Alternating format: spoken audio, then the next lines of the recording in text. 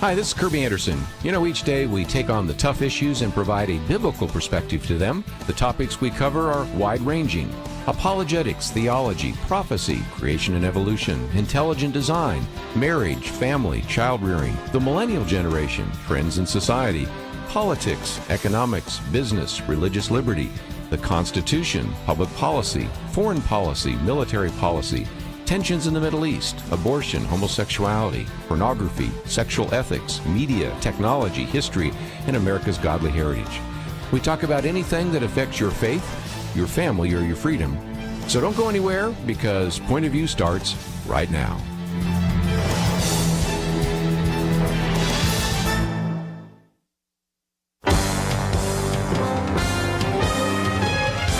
Across America, live. This is Point of View.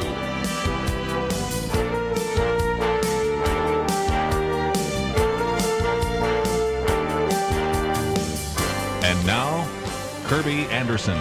Thank you for joining me. It is the Monday edition of Point of View in this first hour. I just hope that you can kind of sit back and listen. Maybe you later would like to ask some questions, maybe even take some notes, because we're going to be talking about an issue that we've covered before, but we're going to go into it in some detail because we are blessed to have a guest that can help us do that. We've talked about globalism. We've talked about this idea of the Great Reset and the World Economic Forum. We've had people on this program in the past that have gone to UN conferences and the rest. And so we want to certainly focus on that.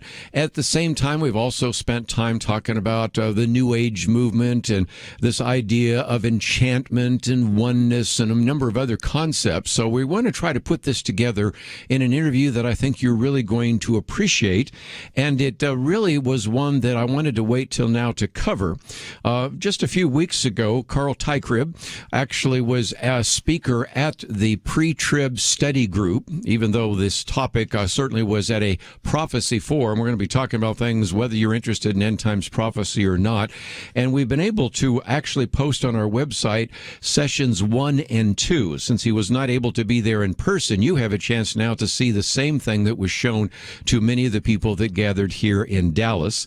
And I think you're going to find it very interesting and worth your time to, as we talk about this interview, maybe get a copy of his book. And I'm holding it up right now, which is one that I have been familiar with, Game of Gods, The Temple of Man in the Age of Re-Enchantment. By the way, it's a book of over 500 pages, about 550 plus pages, 1,800 footnotes, very good index, so I think you're going to benefit from that as well. But let me first of all introduce the author of the book and the individual that is at the sessions that we have posted on our website. Carl Teichrib is a researcher, writer, really is looking at what you might call the paradigm shift or worldview shift that we talk about so often here on Point of View. An individual that has actually gone to many of these events, the Parliament of World Religions.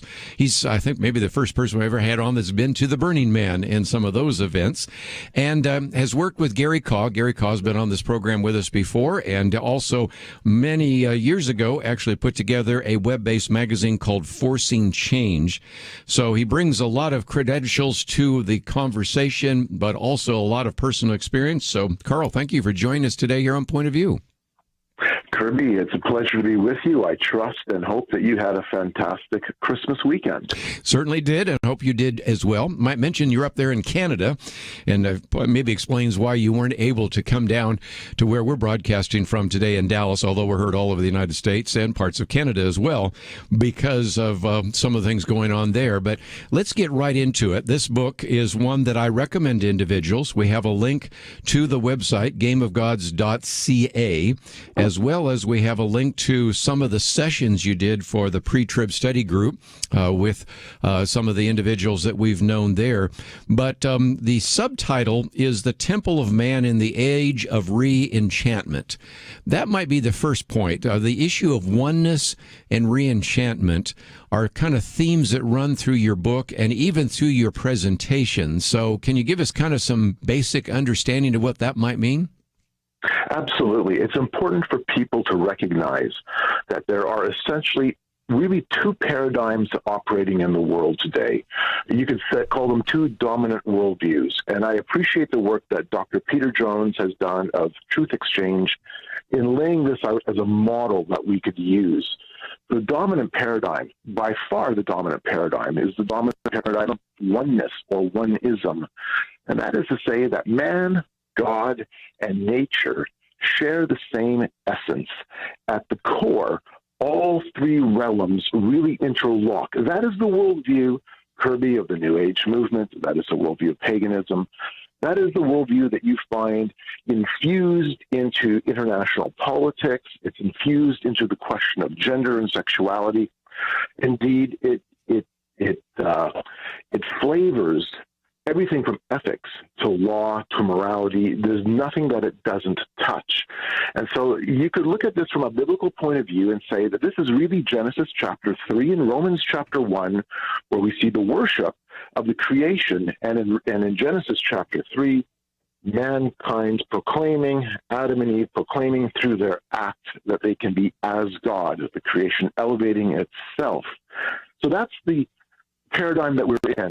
But there's a counter reality claim, a counter biblical claim, and that is that God is distinct, separate, utterly unique. He is the author of life. He is the creator, and reality is divided into two camps: God and then everything else. And so when you look at it from that perspective, now you begin to understand the importance of values, proper judgments, being able to distinguish with some analysis of what is correct, what is wrong, what is right, what is good, what is wicked. You begin to see that this, as simple as it may seem, has complex ramifications. Which one do you hold? Oneism or twoism? And how you view that question of ultimate reality will shape everything from your politics to your religion to your philosophy to your education system. The list goes right down.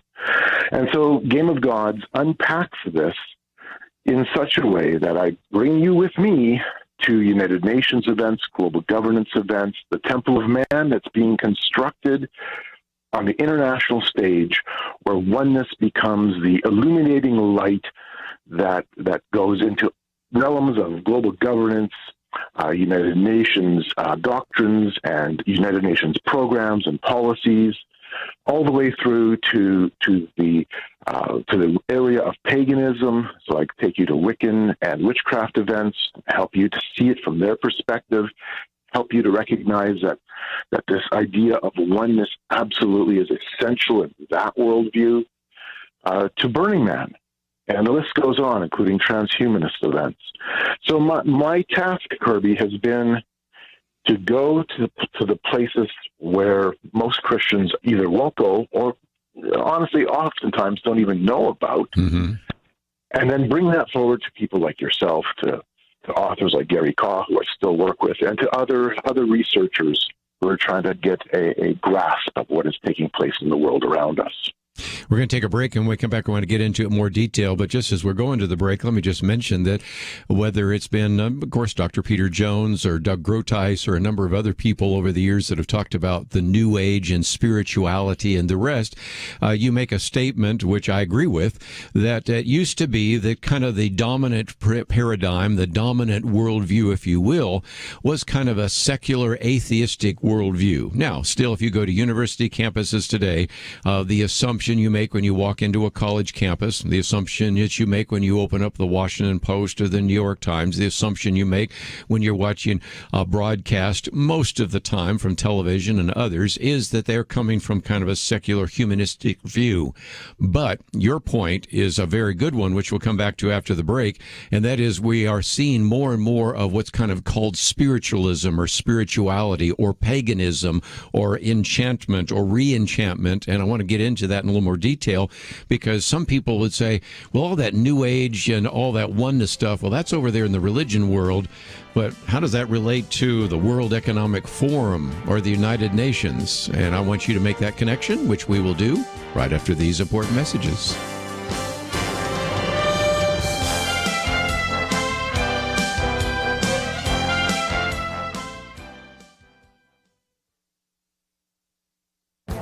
This is Viewpoints with Kerby Anderson.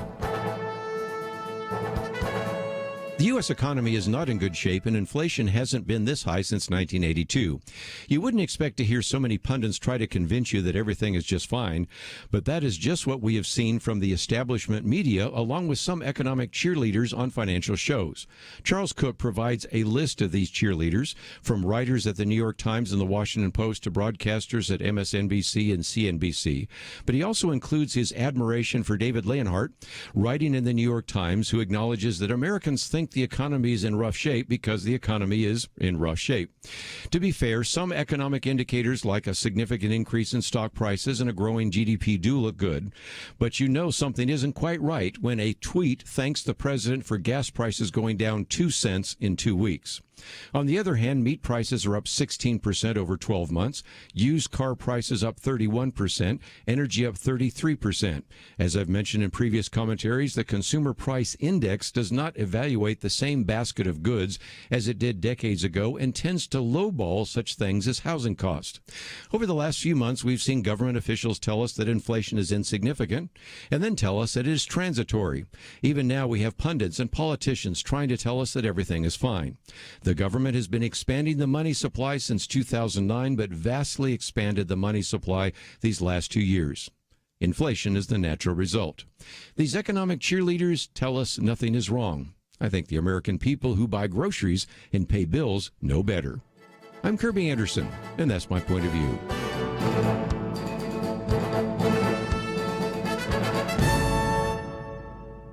For a free copy of Kerby's booklet, A Biblical View on Critical Race Theory, go to viewpoints.info/CRT.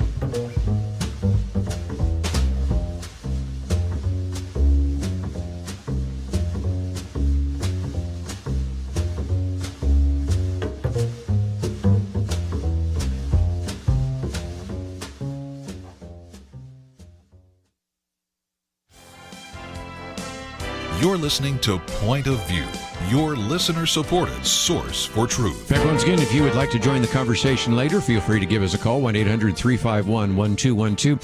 However, I would recommend you may want to just sit back and take some notes. You might want to listen to this again and download the podcast. Of course, we have a couple of the sessions that were actually given at the pre-trib study group in Dallas, and you have a chance to watch those as well as if you were at the conference.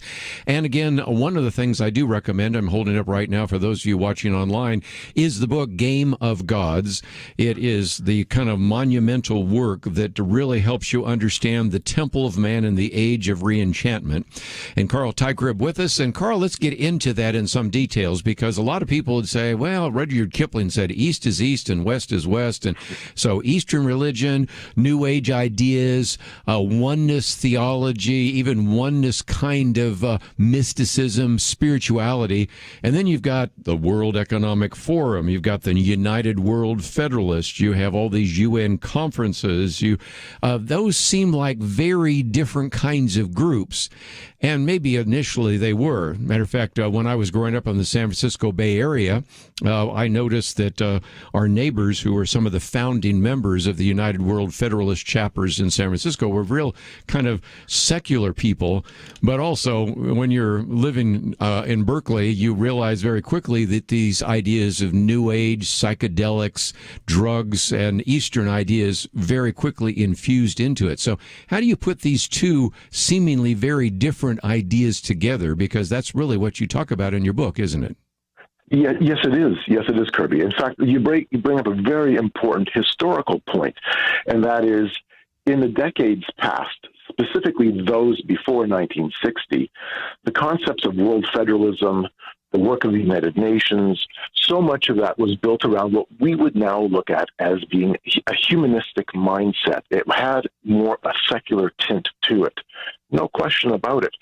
But a shift did occur in the 1960s, and I document that well in my book, whereas the worldview of pantheism, paganism, the worldview of what we would now consider to be a New Age mindset, infuses itself within the political arena, specifically in the area of environmentalism, what we now would understand as being the global Green New Deal, the concepts around sustainable development, and the language itself begins to shift within international forums, within events like the United Nations Earth Summit in 1992. The World Economic Forum itself starts to shift its thinking and its focus, and the focus is now no longer on a secularist concept of let's all come together for simply world peace or international development, but more specifically around saving the earth. And this is so important for people to understand, because when I say saving the earth, we need to understand that the movement for global governance today is really an alternative salvation claim. And it always has been an alternative salvation claim, to say that through our collective politics, through our collective endeavors, we engage in a messianic role and we save the world. And I can give you ample evidence towards that end.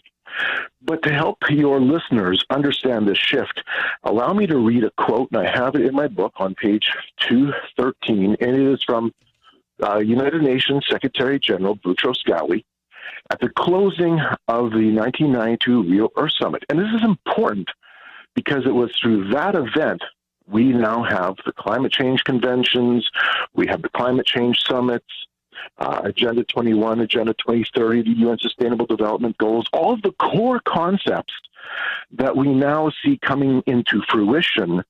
So much of that was pulled from the 1992 Rio Earth Summit. So consider what Boutros Ghali had to say as UN Secretary General. I should like to conclude by saying that the spirit of Rio must create a new form of good citizenship. After loving his neighbor as the Bible required him to, post-Rio man must also love the world, including the flowers, birds, and trees, every part of that natural environment that we are constantly destroying.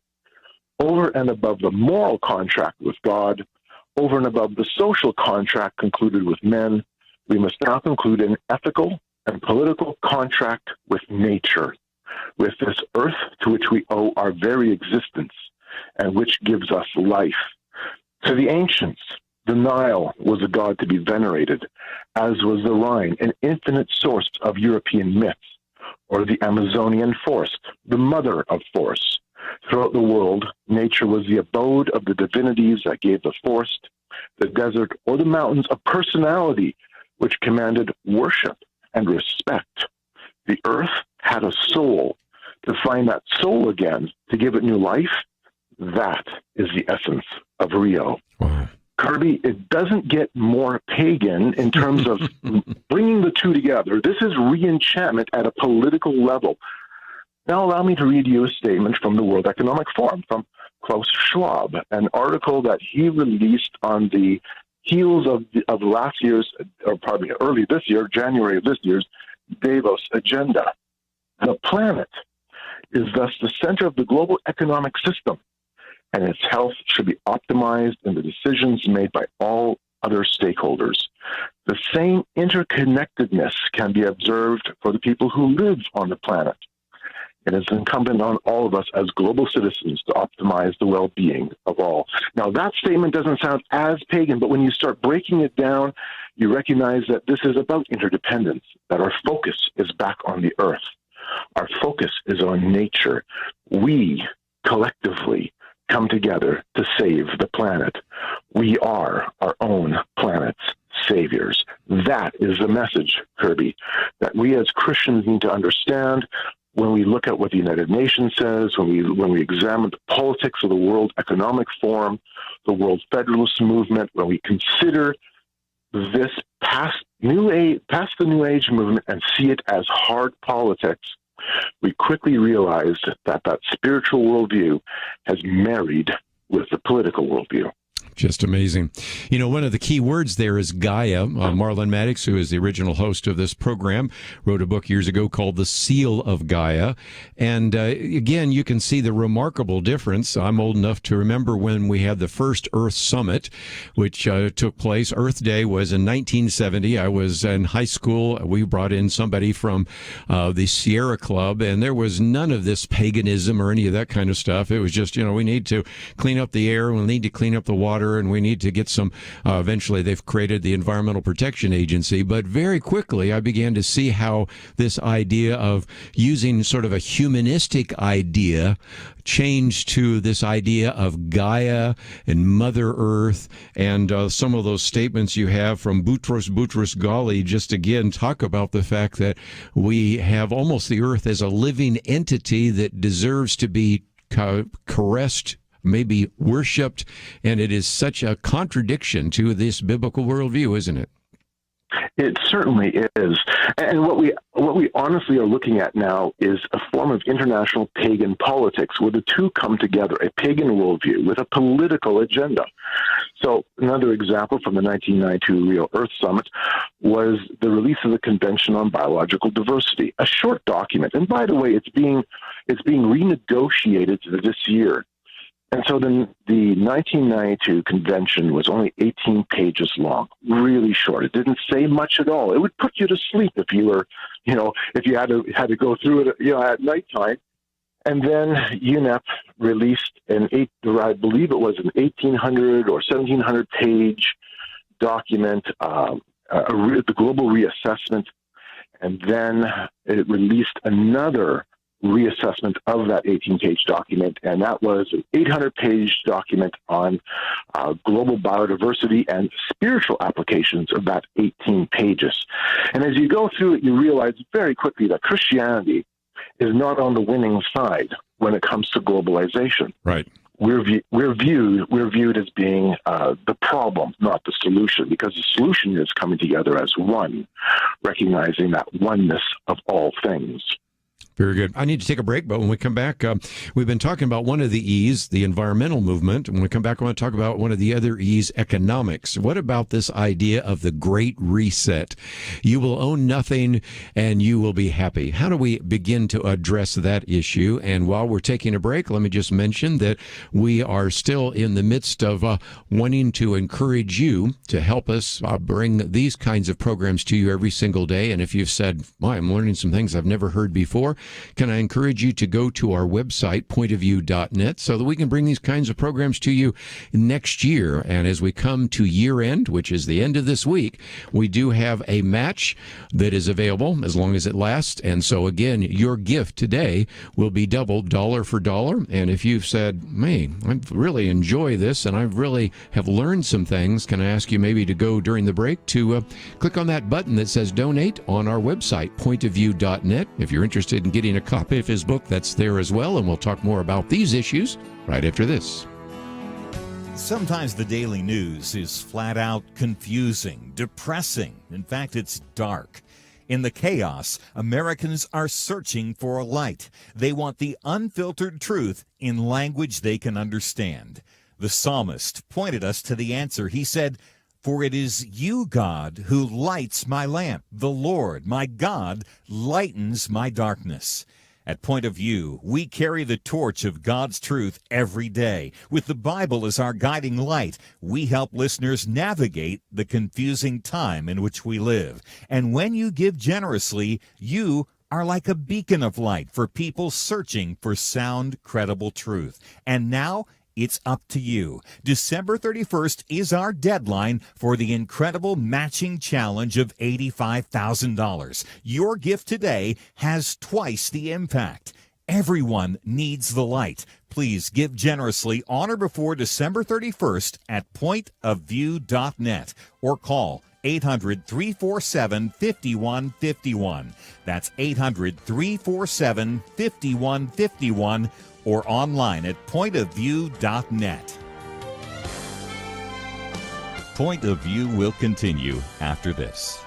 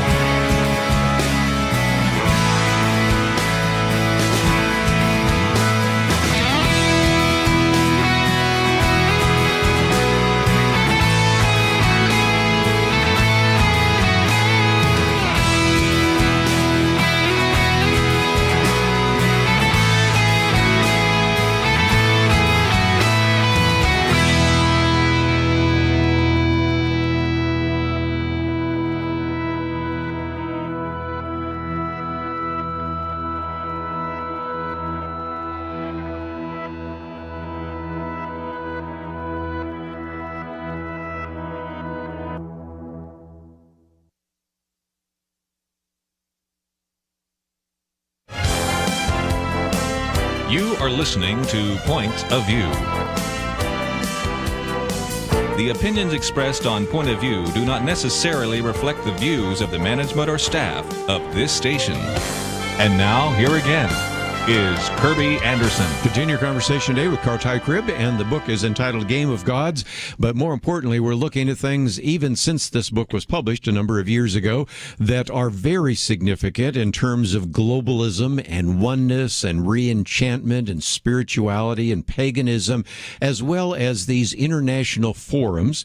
You know that in the past we've written about globalism and globalization. We've talked about transhumanism and all sorts of big isms, and but again, it's important to understand what that means. And before we're done, we'll talk about what you can do, because sometimes when we talk about these international forums, you say, well, there's not much I can do to influence those. Well, you can make sure that at least your church or your Christians around you aren't buying into that, or your local community isn't buying into some of those ideas. And so that is certainly the case. But Carl, let me, if I can, we talked about the environmental movement, but I did want to at least talk a little bit about economics, because we find ourselves here at Point of View talking more about the economic issues all the time. And when you have the World Economic Forum talking about the Great Reset, and you start hearing phrases like you'll own nothing and be happy, there are some ideas coming out of the World Economic Forum, out of Davos and others, that we need to educate our listeners about. Wouldn't you agree? Oh, absolutely, Kerby. No question about it. In economics, I mean, really, this is the lifeblood of how we interact with one another in the commercial sense. The World Economic Forum, I think the area that people need to be concerned about and watch for is, and this is something the World Economic Forum has been pushing now for some time, is a set of metrics or a framework called ESG, which stands for environmental, social, and governance. And so the bottom line is ESG is a set of metrics or a framework system that allows you to audit your company or to have your company do a review process to see if it's in line with the new global standards around environmental issues, social issues, and governance issues. So let me just give you a brief little breakdown of what this might look like. So you'd be going through an auditing process, and questions would arise. Does your board, your corporate board, have gender and minority representation? Does it take climate risk into consideration? What are your company's policies and politics regarding implementing carbon neutral, net zero, climate change agendas? How much land does your company own? What's the relationship to that with key environmental and biodiversity areas? Everything from wage and age and gender, healthcare, collective agreements, your water consumption, your taxation level, all of this comes under the ESG metrics. And this is being pushed and promoted as one of those areas that if corporations end up engaging in this form of economic modeling, then the pressure, and this came out at the World Economic Forum, the Davos agenda back in January, and I monitored that, Kerby. I monitored, spent 60 hours of monitoring what was being said. The bottom line is, as major corporations embrace the ESG model, yes, then what we can do is force our supply chain and those down the line to also comply to make sure that they fit with sustainable development goals, climate change goals, gender equality goals, the list goes on. And so that's one element of the economic side. Central banks creating central bank digital currencies, another area of concern, which ends up collectivizing and putting the power in the hands digitally into the hands of central banks. Having everything from your automobile to your household integrated into smart grid technology, so everything can be monitored, everything can be monetized, everything can be taken into consideration regarding your footprint, your carbon footprint. All this is being discussed in the realm of events like the World Economic Forum. Kerby, I think one thing for myself that for me was an eye-opener. Back in 2018, when I was at Burning Man, I attended a session where we had one of the leading personalities in the world of cryptocurrencies give us a breakdown over the period of roughly 2 hours what the new economic global governance model would look like. Now, it doesn't mean that this is exactly how it's going to play out, but it was fascinating. He described the new world in 4 building blocks. The first building block that's required is a new religious, spiritual worldview, out with a Christian worldview, in with a psychedelic, Eastern shamanistic worldview, a oneness worldview. The second building block is a new moral, ethical paradigm, and that's what we're playing with at Burning Man, creating new forms of relationship and new interactions. That would also dovetail with the first block, the new spirituality. And then the third building block is an economic governance model where everything is wrapped around in digital currencies, being able to monitor everything through digital technologies. Now, how do you ensure that this takes place at a global level? How can you monitor all of this internationally through artificial intelligence? That makes a lot of sense. Yeah, it does. And Kerby was remarkable because the bottom line was in block number 3 that your purchasing behaviors, your buying and selling, would have to represent block 1 and block 2. And if it didn't, well, you're not really able to participate in the new economic structures that are being proposed. I might just mention next hour after we let you go, we will be talking about some of the articles I posted. One of those about Americans get warning that they're being watched digitally. Now in Sweden, they have microchips so that can go into your body for your vaccine passport and all the rest. So we'll get into the issue of privacy and surveillance. But again, even that ESG, which we've seen so interestingly being used to justify bringing people on the boards of various corporations. And we've seen more and more of these businesses and corporations that are going woke because it's used as a justification to bring in people and change the whole vision of the organization. So again, these are things that affect your day to day, and listeners there that might find themselves hearing about that might be able to begin to understand that those all come from things like the World Economic Forum, and the fact that you were able to listen to these is a very important issue. And I thought before we go any further, Carl, I might also mention something else you said in passing, but it's worth mentioning because I've seen in your presentations oftentimes you'll show the ID card that you had, or you mentioned listening to this. There are so many people that will hear this and say, just a bunch of conspiracy theory. First of all, it's an open conspiracy if it's a conspiracy, because you can listen to the same things, you can watch some of the same presentations, you can hear some of these statements being made, and if you're diligent enough, really the individuals that are promoting this idea of globalism are much more transparent about their goals and their desires than even existed, say, a decade or two ago when we talked about some of these issues on Point of View. Absolutely, Kerby. This is not a conspiracy theory. This is business. This is big business. In fact, indeed, it's the biggest business. And so, again, it's just an incredible area. Let's, before we take a break, talk about what we can do, because some people might say, well, this is kind of overwhelming, and I know sometimes the things we talk about are. But the first step, before we get into some others, is education. That's why we did this program. That's why you wrote this book. That's why we have a link to your website so that people can get a copy of the book if they would like. And most importantly, there might be a way in which individuals would want to schedule you to speak, although getting you out of Canada these days seems a little more difficult.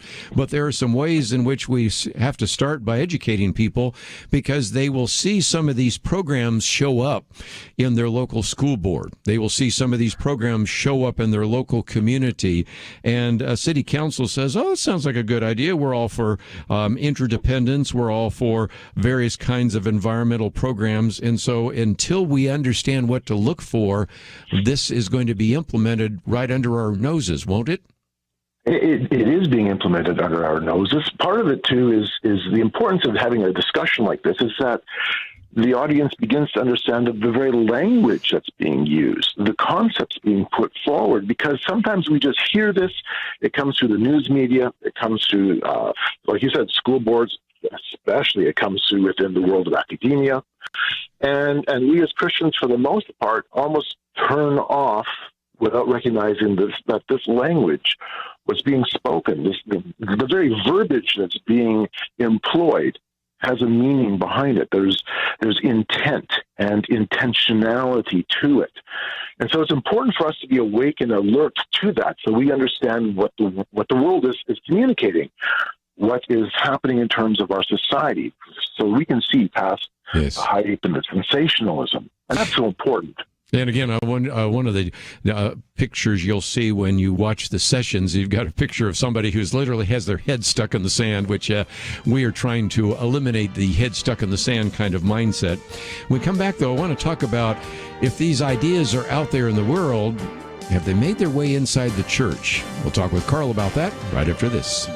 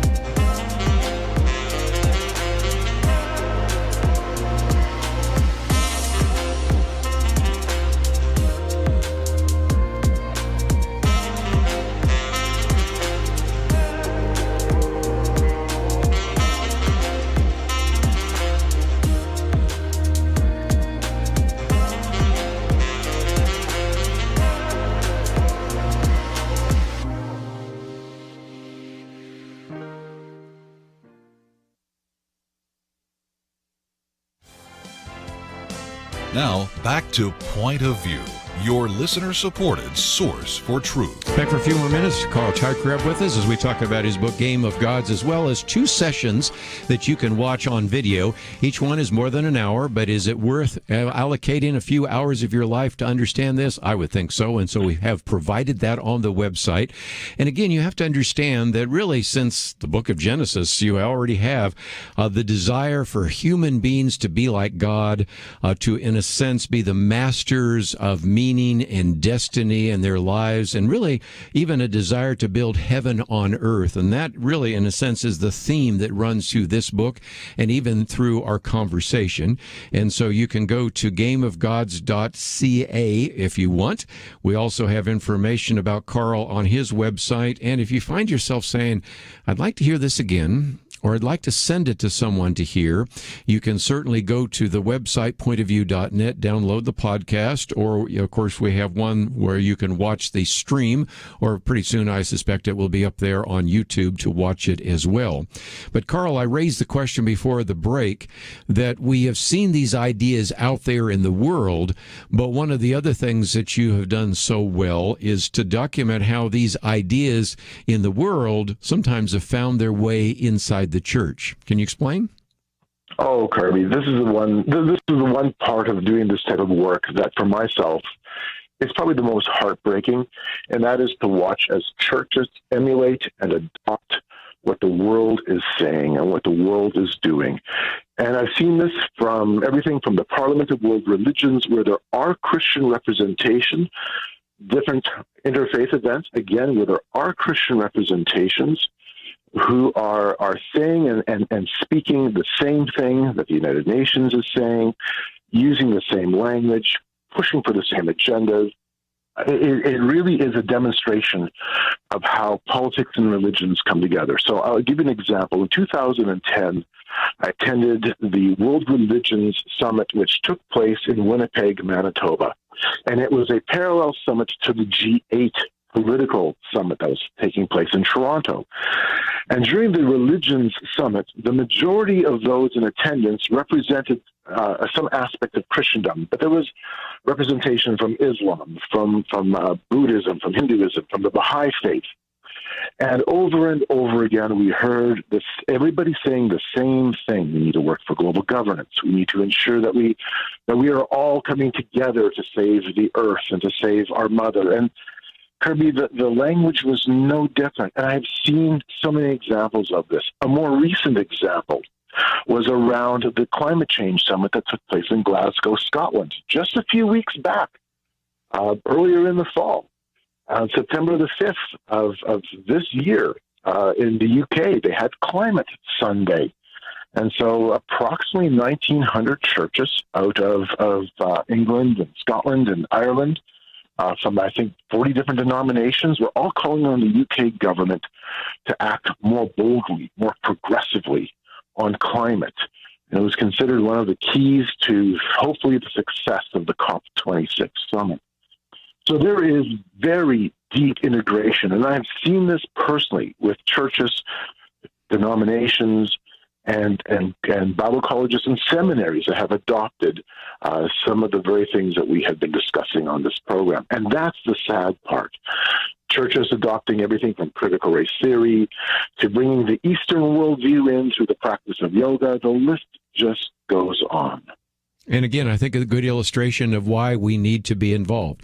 I will admit that most of our listeners are never going to go to UN conference, so we do have some of our guests that have gone and come back and reported. Very few are going to go to the World Economic Forum. We understand that. That's not the point. The power that these individuals have is limited if we can educate the people in our sphere of influence. You know, one of the themes we're talking about is lighting a lamp, and we really want you to be able to light a lamp in your community.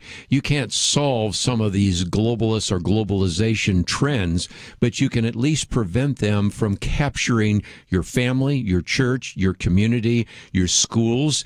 And so this is why it's, I think, so important to have these kinds of programs, because wouldn't you agree that a lot of, quote, well-meaning, even born-again evangelical Christians have adopted some of the phraseology uncritically, and if they were to hear you speak or they were to read even a chapter or two in your book, they go, wait a minute, I think I've bought into the false worldview. So isn't that, in a sense, the most logical action item for some of our listeners today? No question. And you're absolutely right, Kerby. Most people can't go to these kinds of events. Well, and that's true, but those events and its influence has come to you and come to your neighborhood. And that's where it's so important for us to be salt and light right within our own communities, and certainly in our own families, and within our own churches. We now recognize that the mission field is all around us. It is wherever you put your feet.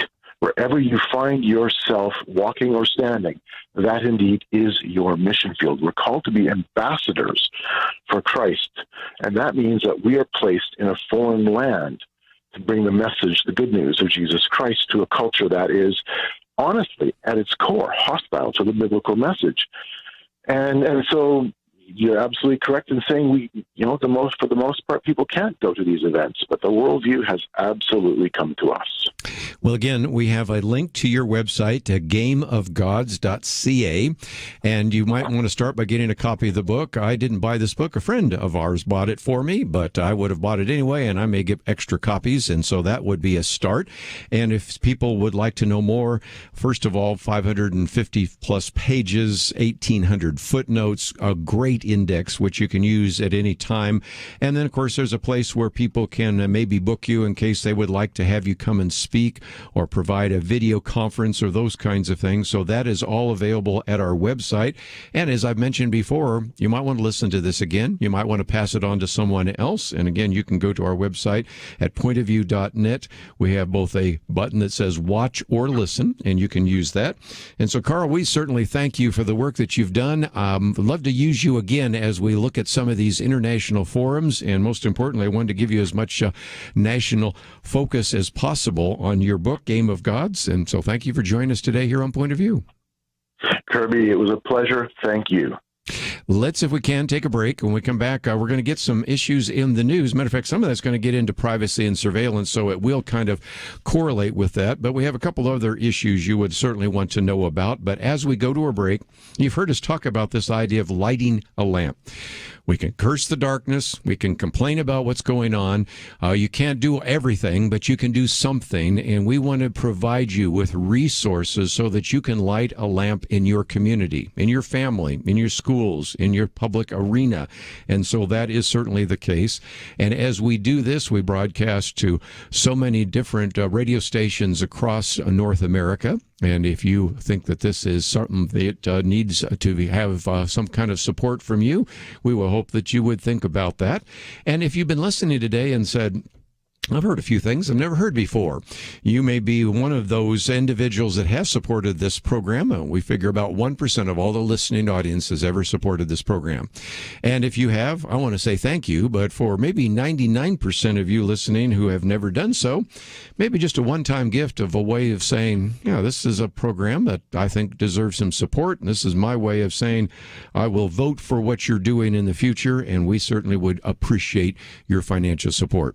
As I've mentioned, we do have a match on the table right now, and that is a dollar-for-dollar match, and it exists, until it runs out. And so I've encouraged some of you to not wait to the last day, but to use the match that we have on the table right now to actually double your support. So your gift of $100 becomes $200. A gift of $500 becomes $1,000. You might say, look, I can just give you $25. I love it. That becomes $50. So anything you can do, we would greatly appreciate that, and we hope that you will support Point of View and take advantage of some of the resources we've posted on the website there today. When we come back, we'll look at some other articles we posted. We'll talk about that right after this. Sometimes the daily news is flat out confusing, depressing. In fact, it's dark. In the chaos, Americans are searching for a light. They want the unfiltered truth in language they can understand. The psalmist pointed us to the answer. He said, "For it is you, God, who lights my lamp. The Lord, my God, lightens my darkness." At Point of View, we carry the torch of God's truth every day. With the Bible as our guiding light, we help listeners navigate the confusing time in which we live. And when you give generously, you are like a beacon of light for people searching for sound, credible truth. And now, it's up to you. December 31st is our deadline for the incredible matching challenge of $85,000. Your gift today has twice the impact. Everyone needs the light. Please give generously on or before December 31st at pointofview.net or call 800-347-5151. That's 800-347-5151. or online at pointofview.net. Point of View will continue after this.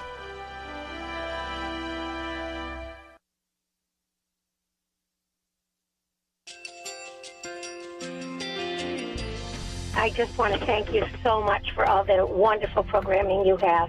You're just absolutely fantastic. I recently started listening to Point of View, and I really found it interesting because of the different subjects you cover. Thank you for that. I really appreciate everything that you do in keeping us informed. Thank you, Kerby, for everything that you have been doing. I appreciate all the work that you're doing, advocating for the Word of God. Thank you so much. Point of View, I think, is absolutely necessary because it's a Christian perspective, a biblical worldview perspective, and receive very current, up-to-date information about what is really going on, week to week in our culture, which is changing so rapidly, and yet it's morally sliding backwards. Yeah, I'm just, first of all, I thank you guys. Y'all's program is wonderful, and enjoy it every day. I learn so much every time I listen to it. Point of View Radio Talk Show.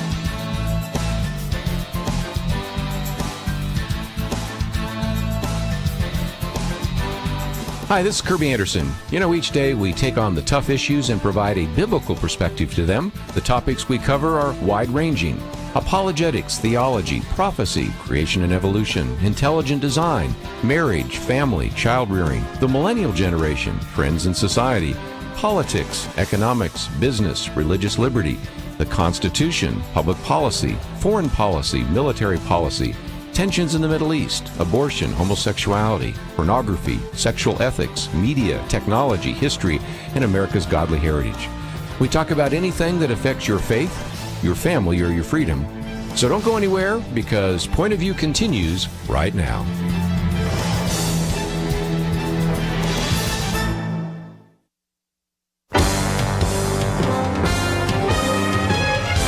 Across America, live. This is Point of View.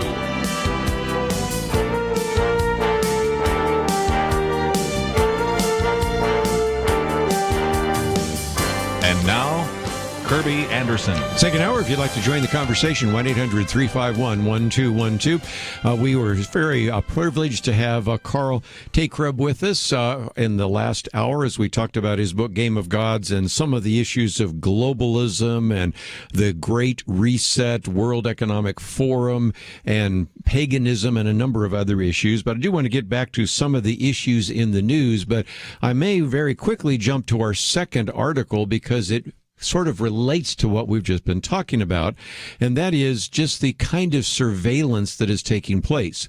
I'm holding up right now the booklet that we made available a number of years ago with the title Privacy and Surveillance, and the argument back then was pretty simple. If they can spy on candidate Donald Trump and they can spy on the president Donald Trump, they can spy on you. And pretty simple. And so we talk about the FISA warrants and a number of other issues. But I've always been aware of the fact that when we talk about surveillance, a fair amount of that has nothing to do with looking at any kind of terrorist activity, but terrorist activity or criminal activity is used as a justification for spying on you. So our second article is actually something that was published in WorldNet Daily, but it's based on some of the work being done right now by the Rutherford Institute. The head of that is an individual that we've had on this program before, John Whitehead. By the way, in case you did not know, Kelly Shackelford used to work with the Rutherford Institute many, many years ago, but of course then went on to found what today is known as First Liberty Institute. So the Rutherford Institute has been looking at some of these cases, and they work more in the area of privacy, surveillance, but especially criminal cases. And so this article, I wanted you to be able to read because Bob Unruh, who writes it, says Americans are getting warned that they're being watched digitally, whether they agree to the spying or not. He says the warning comes from the Rutherford Institute, which filed a friend of the court brief in a dispute now pending before the Supreme Court in Hammond versus U.S. And the warning says that Americans are being swept up into a massive digital data dragnet that does not distinguish between those who are innocent of wrongdoing, suspects, or criminals. Now, the case is pretty straightforward, and that is there is an individual who obviously is a criminal, and nobody's denying that Rex Hammond was not. But they were able to get to him fairly quickly because of the fact that they were using various digital technologies to actually find him, get his phone number, and track him down. And, of course, he has been indicted on 8 charges connected to robbery. He was then convicted and sentenced to 47 years in prison. Nobody doubts those facts. Those facts are certainly an example of using some of this technology to go after somebody who is obviously a criminal and obviously guilty and convicted of that, right? But the point that the Rutherford Institute is making is that it's one thing to go after a criminal, or, of course, the justification for the FISA warrants and for the Patriot Act and all this was to go after terrorists. And yet we have warned on this program literally now for decades, because the Patriot Act goes all the way back 20 years now, just about, for the fact that, yes, it's one thing to go after terrorists. It's another thing to go after criminals. But the point is, sometimes there's no distinction made between you and me and a suspect and a criminal. Are you with me on that? And so this is why, again, now to the second page, the Rutherford Institute is challenging the government's unconstitutional practice of warrantless tracking people's location and movements through their personal cell phones in violation of the Fourth Amendment. Again, if you don't have a Constitution, I'll hold one up right now because we have one that we can send to you probably, or you can find them online, and you'll recognize the Fourth Amendment says, you cannot go into a person's home or their personal effects without a warrant.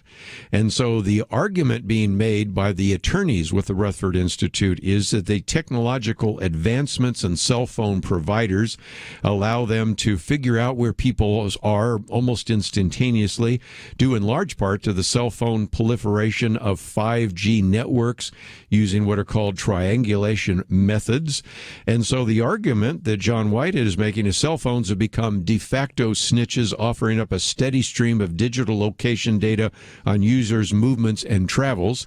Added to that, he goes on to say police are tracking people's movements by way of license plate toll readers, scouring social media posts, triangulating data from cell phone towers and Wi-Fi signals, layering financial recognition software on top of that, and then cross-referencing footage from public social media posts, all in an effort to identify, track, and eventually round us up. This is what it means to live in a suspect society. The point I've made, whether it's in this booklet or in a very good series of Outlook articles that appeared in the past, is you may look at this and say, well, what do I have to hide? Well, probably nothing. Let's hope. But have you ever noticed that sometimes if you aren't in agreement with what those in power think you should be in agreement, all of a sudden you become an enemy? And we can see how quickly that is used against you. And if you want to see what that looks like, go to China and see what happens when facial recognition and social credit scores and other things are actually being used. And so I want to give credit, of course, to our friend John Whitehead, of course, Chuck Bentley, who's been with us, and we talked about the 7 gray swans and some other things where he gets into that as well. And it's an important issue, I think, for people to understand. Where does it go next? I didn't post this one, but here is another very interesting article.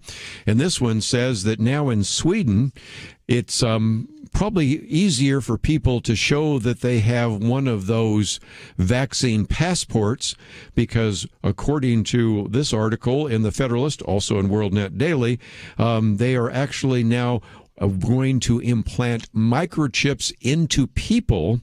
So then that can be used to open doors, pay cashless kinds of transactions, present medical records, access concert venues, ride public transportation. You may have noticed the other day that Anthony Fauci said, I think really we should require everybody to have a vaccination if they're going to fly on a domestic airplane. Domestic flight. We're not even talking about going overseas, just flying anywhere from one part of the country to the other. And so here, what is being talked about now is to actually implant one of these chips in individuals, which then allow you to be able to have, as the second page suggests, kind of a mark. Well, we wouldn't call it mark of the beast. We just call it a mark or some kind of implant that would show that you are vaccinated, show then that you can ride public transportation, and anytime people want to know your medical record, they just go beep, and then they would find that as well. If you don't think we're heading in this direction, you weren't listening to the program last hour, and this is one of the reasons why we encourage you to take a stand on some of these issues, because there are some consequences to it. We'll take a break. When we come back, I want to do two things. Number one of our other articles is about how the approval ratings for the president are going to drop even further. Why is that going to happen? And then I thought I'd end this half hour by talking about a non-woke, all-American commercial. We'll be right back.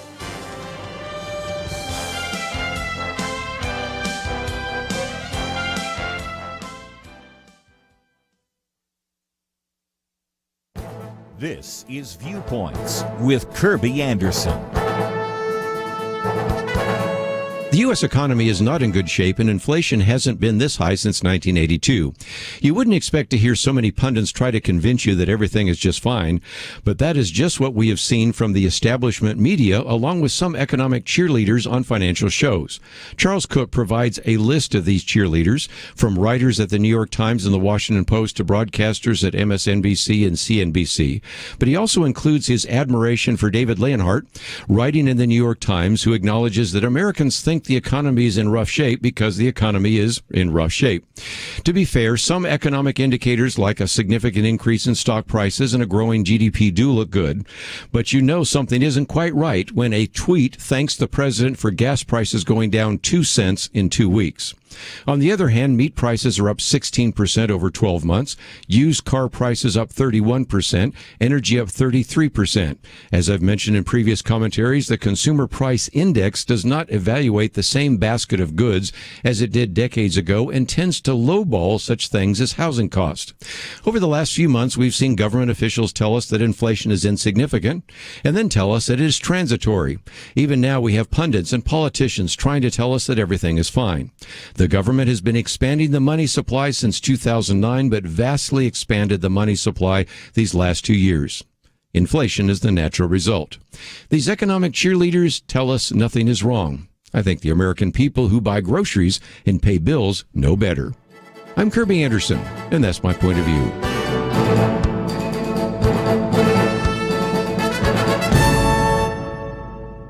For a free copy of Kerby's booklet, A Biblical View on Critical Race Theory, go to viewpoints.info/CRT.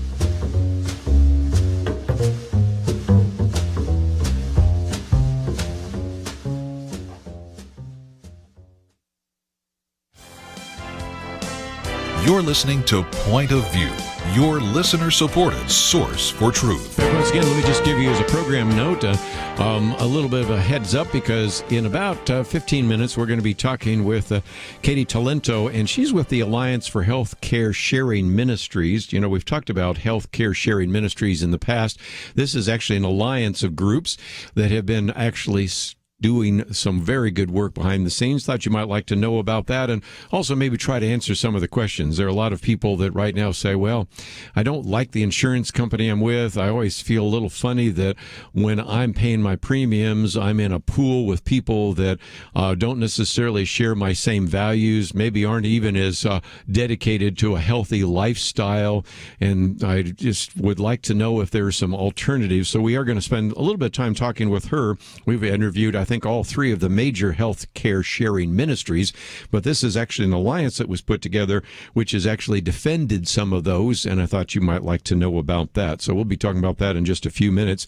And just before this particular segment ends, I do want to point to this Chevrolet commercial, only because at a time when it seems like every one of the commercials coming from the Fortune 500 are woke commercials, promoting kind of a liberal progressive agenda. This was just kind of an all-American commercial called Holiday Ride, which actually, by the way, is based on a true story. And it's just a really delightful one, and I loved it, and I posted it on my Facebook. I've sent it on to others, and it's just one of those times where, hey, we can say, you know, maybe the corporate world's doing something right, because we certainly spend a fair amount of time talking about how they are many times doing things to undercut some of the faith, family, and freedom issues that we so desperately want to defend here on Point of View.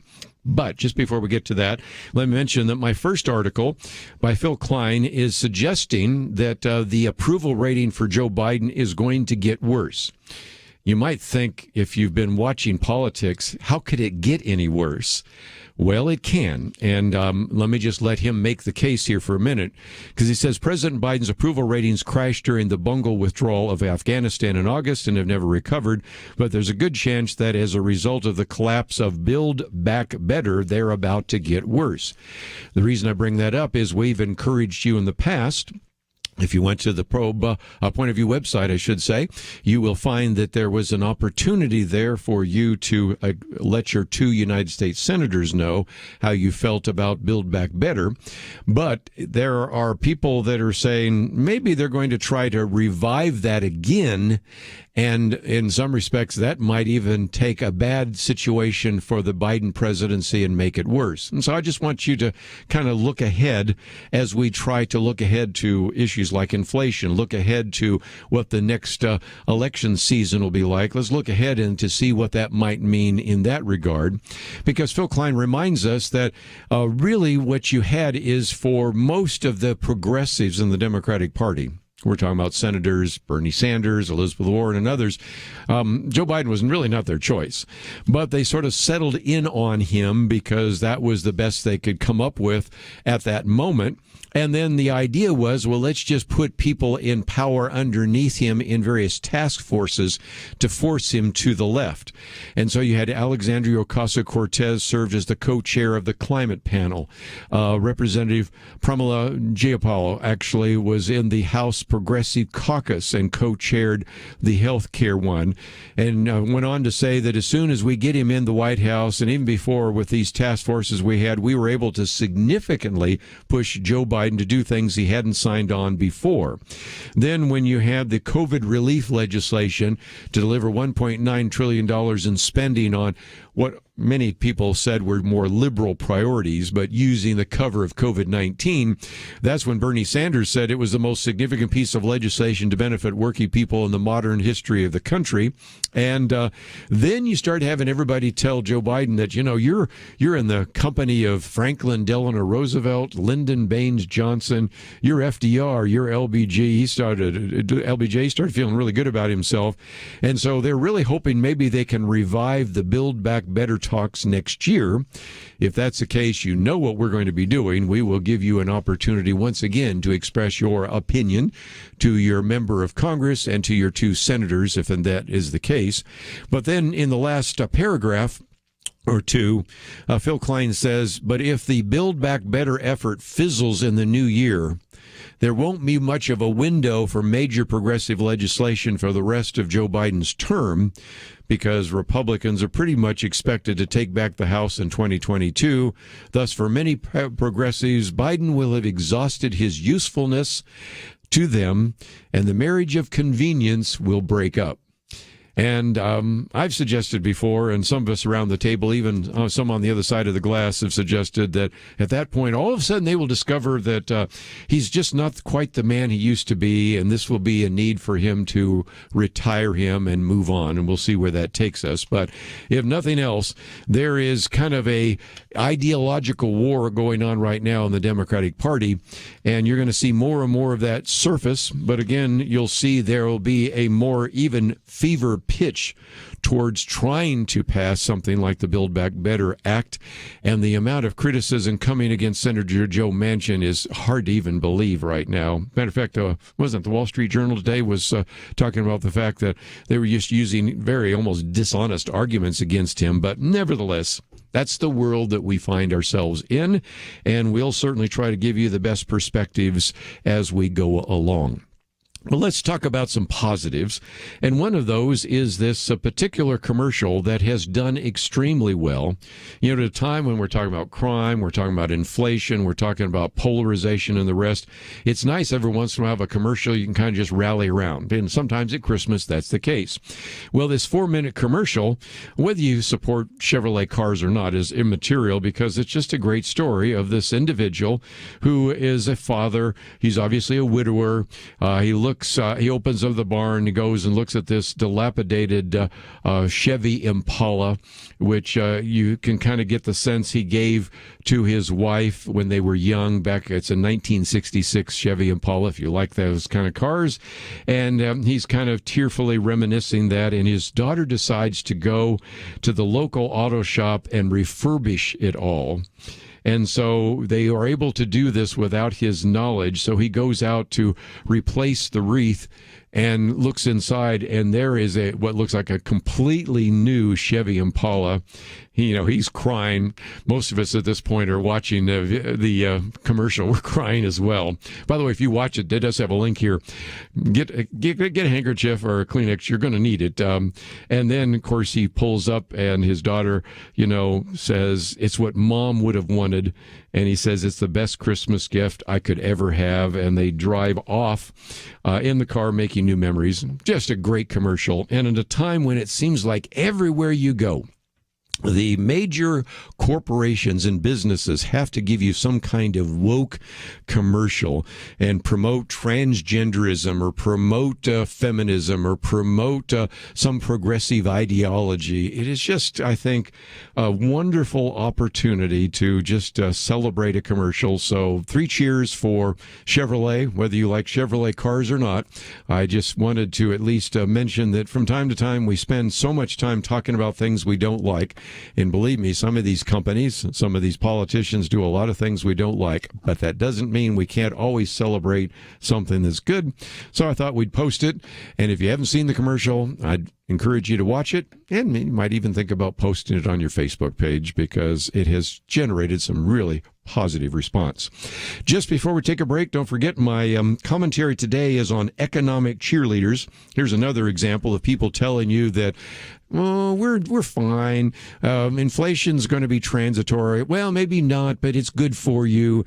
And it really is just a whole conversation about the number of individuals that are trying to tell us that what's going on in the economy is perfect and you don't need to complain and we should stop complaining about the economy because, after all, Joe Biden's in charge and everything's working out fine.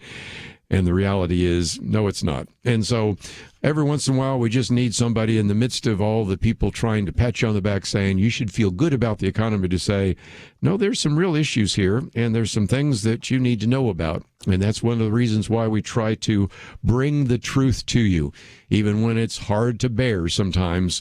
Wouldn't you rather have somebody tell you the truth than somebody keep patting you on the back, telling you it's all going to be fine? And maybe it will be. I've read the last chapter. I know who wins. But in between, let's get to speaking truth to a culture that needs it. Let's light some lamps. And that's, of course, one of the reasons why we encourage you to go to the website today, pointofview.net. We have a match on the table. It's there until it runs out.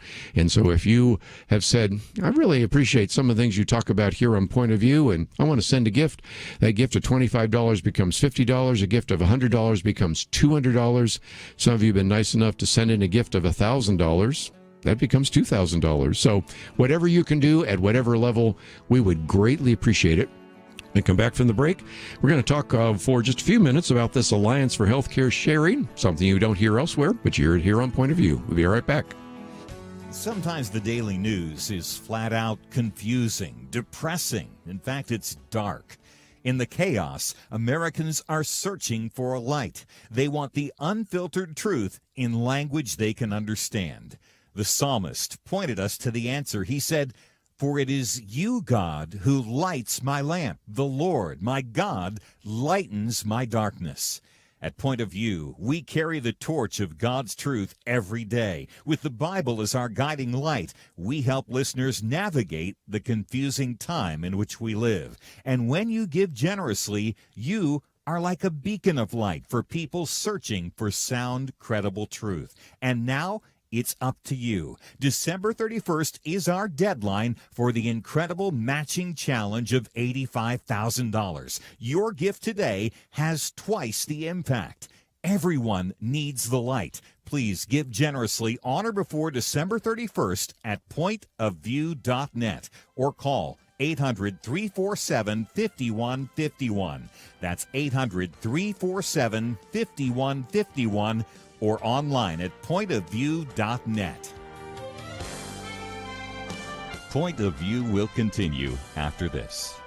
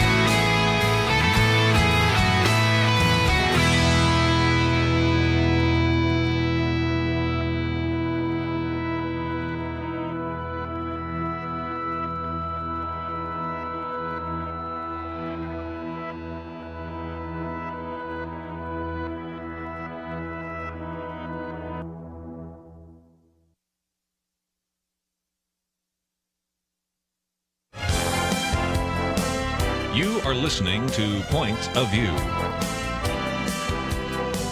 The opinions expressed on Point of View do not necessarily reflect the views of the management or staff of this station. And now, here again is Kerby Anderson. Final half hour, I want to spend just a little bit of time talking about Health Care Sharing Ministries. We've talked about that before. As a matter of fact, I think we've interviewed all three of the major ones here on the program at various times. We've had some individuals on this program that actually have participated in those, including myself. And so we wanted you to know a little bit about that. But certainly there is an organization that you need to know about called the Alliance for Health Care Sharing Ministries, which pulls together some of them to address some of these issues, because as you well know, there has been a push towards more and more of a kind of a nationalized health care. And unfortunately, there have been exemptions and opportunities for these sharing ministries to continue. So I thought it'd be good to talk about that. And Katy Talento is with us. She's the executive director of the Alliance of Health Care Sharing Ministries.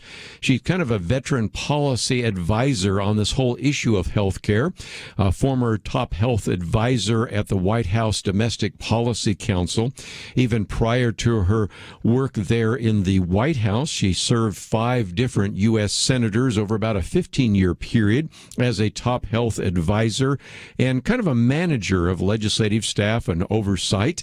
She also has been on the faculty of Georgetown University Medical School, where she managed the Washington site of kind of a multi-site NIH-funded pulmonology study, and has also served as the director of speechwriting for the Republican National Committee. She also spent 2 years as a Catholic nun, received an undergraduate degree from the University of Virginia, as well as a Master of Science degree in infectious disease epidemiology from the Harvard School of Public Health. Katy, thank you for joining us today here on Point of View. Oh, it's my pleasure. Thanks so much, Kerby. Let's talk about how this came together. As I understand, I think it was groups that we've interviewed with before, like Samaritan's Ministries and Christian Care, that said we need to maybe have something that could put together an alliance of healthcare sharing ministries. Can you talk a little bit about its history and origin? Sure thing. Well, the Alliance of Healthcare Sharing Ministries was founded in 2007, as you mentioned, by some of the larger healthcare sharing ministries. There are actually 107 healthcare sharing ministries that are certified by the federal government as being ACA-exempt healthcare sharing ministries, federally defined.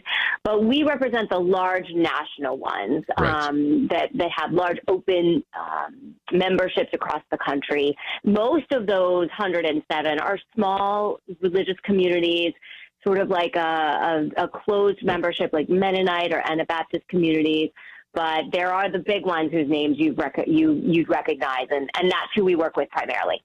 Well, let's talk about that, because whether we've had Samaritan's Ministries or Christian Care or Medishare or whatever, people always say, well, that sounds like a great idea, but would they be able to cover all of my health care costs? And would they run out of money and those kinds of things? And so they always wonder, well, when I'm talking with this particular group, they're never going to talk about any of their difficulties. Hopefully you could be a little more objective. What about those concerns that sometimes we hear? Yeah, sure. I mean, I think that everyone in a ministry is there for a few reasons. One is to contribute and to help their fellow, Christians, or there's a Jewish Christian healthcare sharing ministry as well, but to help their like-minded believing community with their medical expenses. And the medical expenses that they tend to want to help with are the most catastrophic ones, the emergency ones, right, the big healthcare expenses. The scripture talks about, bearing each other's burdens, but we also have to carry our own load. And so we expect our members to carry their own load, but when they run into trouble and their load becomes a burden, that's when the healthcare sharing ministry membership is there to pick up those pieces. And so, most of the ministries operate with a set of sharing guidelines, and it's those guidelines that lay out which types of medical needs are eligible to be shared with the community. And most of the ministries, they develop those guidelines with input from, some even have voting from their members on those guidelines. And it's important in order to have the glue that keeps the community together, because remember, these members, they're not bound legally or obligated contractually to one another. They're obligated morally to one another. And so we have to have a glue that keeps us together, that's our common faith. And that's why we make sure that our guidelines are generally laid out in such a way that the types of medical needs that are provided for by the membership are those needs that have the greatest consensus and the least amount of controversy, and certainly are those that are consistent with our faith.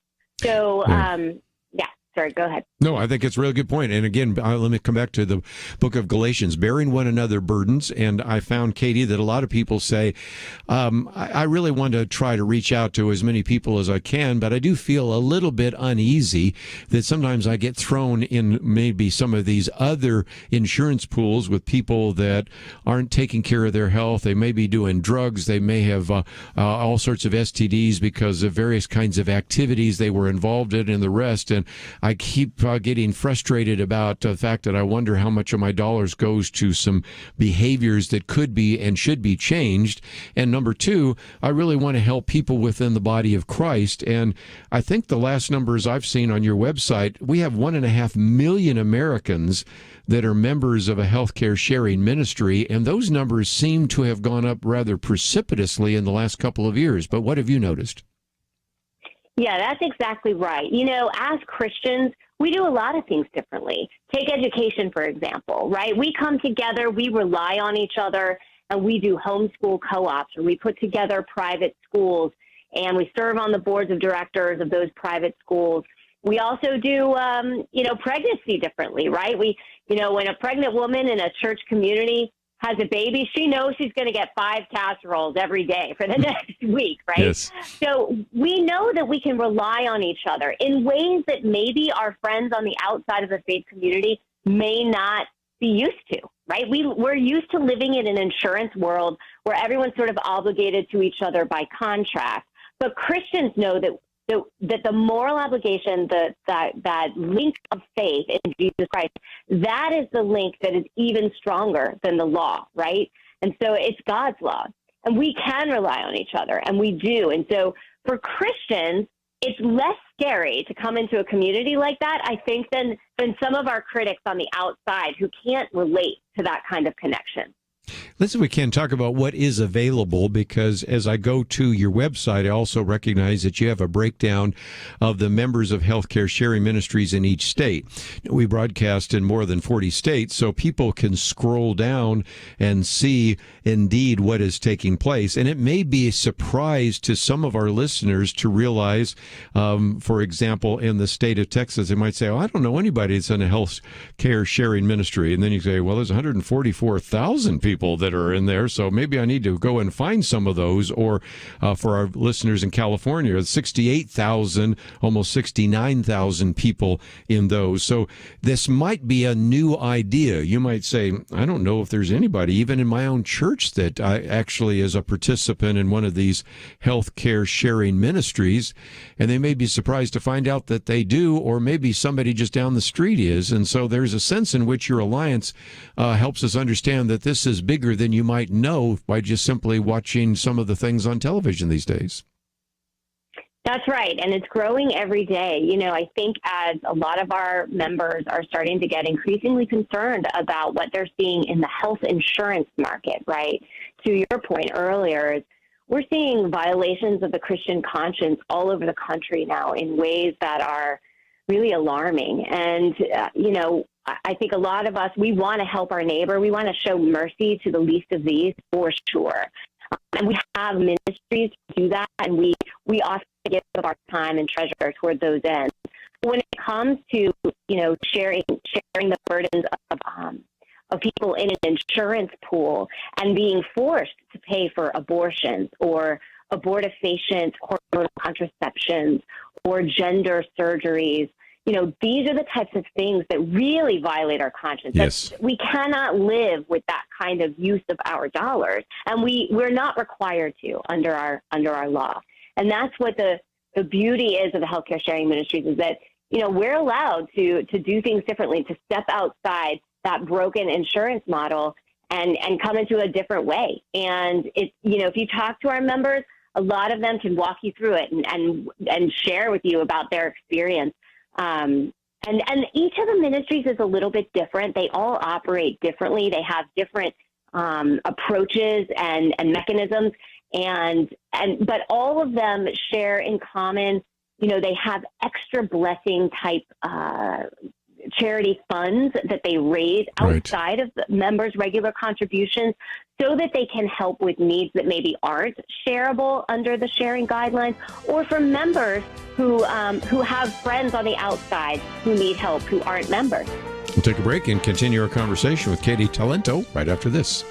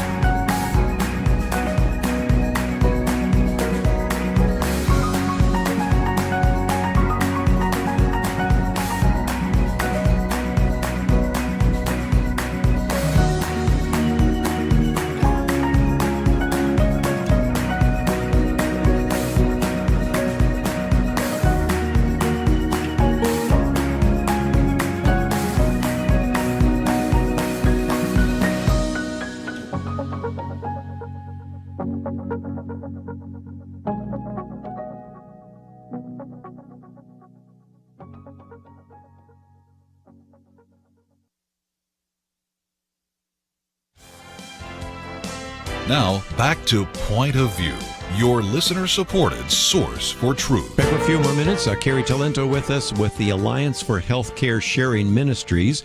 And we do have a link there, and you can go to ahcsm.org. You don't have to remember all that. Just simply find the website, pointofview.net, and we have a link there. But as you go there, you'll find out a little bit more about the Alliance for Health Care Sharing Ministries. You'll see that it focuses on faith, freedom, and charity. And you can click on that button that says Need More Info. And for example, it has a lot of the frequently asked questions. How is healthcare sharing ministries different from insurance? How do I identify a trusted healthcare sharing ministry? Do healthcare sharing ministries cover pre-existing conditions? And on, all sorts of very important questions that are there. And so again, some great resources that we wanted you to know about this organization. And just the fact that it exists would help you maybe in your choice in the future of using, if you would want to do so, a healthcare sharing ministry ministry. But you did raise a very important question, Katy, and that is we have Dr. Merrill Matthews on the program, and he is kind of a medical expert. Interesting enough, his wife has used a health sharing ministry, as have I.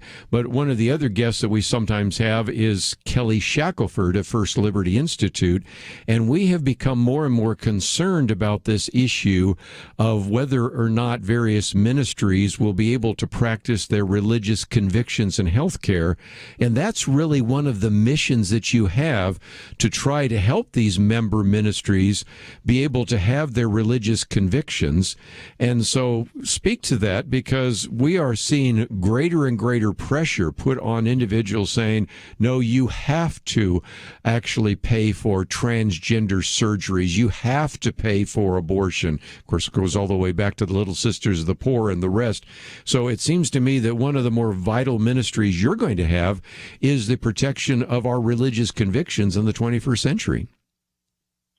Yes, that's exactly right, Kerby. I mean, I think that we've seen threats to that religious liberty, not just in healthcare, but in education and in the workplace, really in the public square in general. And it's required a big concerted effort. We often join together with organizations like Kelly Shackelford, but others as well, the Christian Employers Alliance and the Alliance Defending Freedom, a number of really important organizations that are standing for the religious liberty of Christians, and other friends of religions, not just Christians, of course. So yeah, we are seeing in a number of states, a little growing hostility to not even just the fact that we're religious organizations, but also that we're just outside the insurance paradigm, right? Healthcare Sharing Ministries are not insurance companies. We don't offer insurance policies.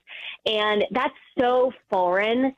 And, to some state policymakers and regulators, it's just, they have decided that, government subsidized insurance is the very best thing for people. It's the safest choice for people. And they want everyone in that model. But it doesn't work for many Christians. And so, it's great. One thing that's it's unusual being a health policy wonk here in Washington, D.C., it's unusual for me to say nice things about the Affordable Care Act.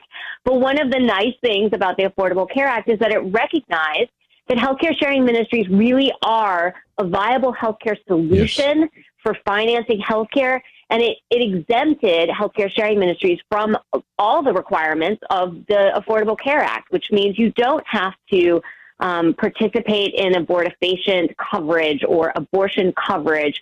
You don't have to participate in coverage at all, even the individual insurance coverage mandate. Our members are exempt from that.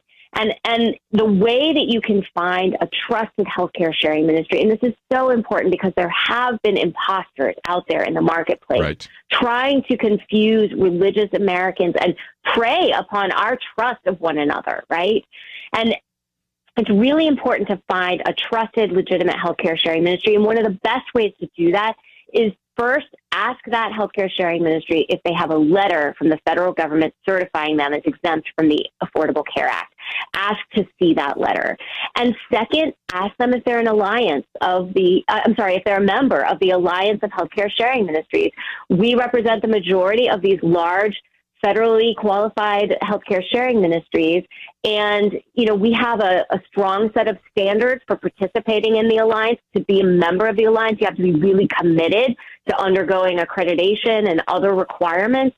And so that's probably the best way right now to protect yourself and to find a ministry that really operates with integrity and operates like the 501c3 tax-exempt charity that it's supposed to be. Well, and again, that's why I wanted people to know about this, because some people wonder if this is just kind of the wild, wild west in terms of healthcare sharing, and it's not. But also, I think it's so important for you to protect the liberty of individuals who want to practice their biblical convictions, their religious convictions, and as you mentioned just a minute ago, to seek some exemptions from some of these mandates that are coming down from various states. So you are doing a great job, and I wanted our listeners to know more about that. If they go to our website, website at pointofview.net. They can find it, or they can simply go to ahcsm.org and find a little bit more. And so, Katy, thank you so very much for educating us. Thank you for actually making it possible for us to know that there is a place looking at these various organizations so that we can know that they're operated with integrity and helping individuals to address some of these medical needs. So we need to bear one another's burdens, and I appreciate the fact that you have been so involved in making that possible. So thank you for joining us today here on Point of View. Thank you so much, Kerby. God bless you and your listeners. Again, the Alliance for Health Care Sharing Ministries. We have all the information you need on our website at pointofview.net. You can do a search and find it there as well. But let me just give you kind of a preview of what's going to come on this week.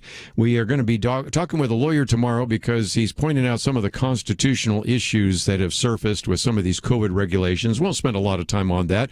And then Michael Rydelnik was supposed to be with us in the past to help us answer some of these Bible questions. We've done this once before with Alex McFarland. We'll do it with Dr. Michael Rydelnik, who's at Moody, and also the host of Open Line. Wednesday, we have our good friend Kelly Shackelford with us. We also have Congressman Van Taylor and Gary Bauer. It's going to be a busy day on that Wednesday. But Thursday will be kind of busy, too, because we'll have Jerry Newcomb and Robert Knight. And Friday, we'll have Penna Dexter and Lathan Watts as we wind down this year of 2021. What a year it has been.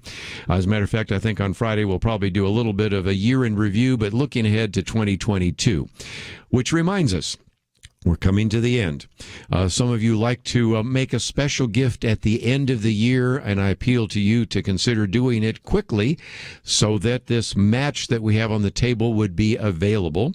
As I mentioned before, some of you maybe have been listening to Point of View for some time. You may be one of the 99% that have listened to the program, benefited from it, but said, oh, never really thought about sending a gift. Well, this would be a perfect time to do so. All you need to do is go to the website, pointofview.net, click on that button that says donate, and then there are some suggested levels, but you can pick whatever level you want, and then know that it's a dollar-for-dollar match and a way for you to support this ministry. Let me encourage you not only to consider what you might do to support this ministry, but the radio station that carries this program, maybe your local church and other Christian organizations as well.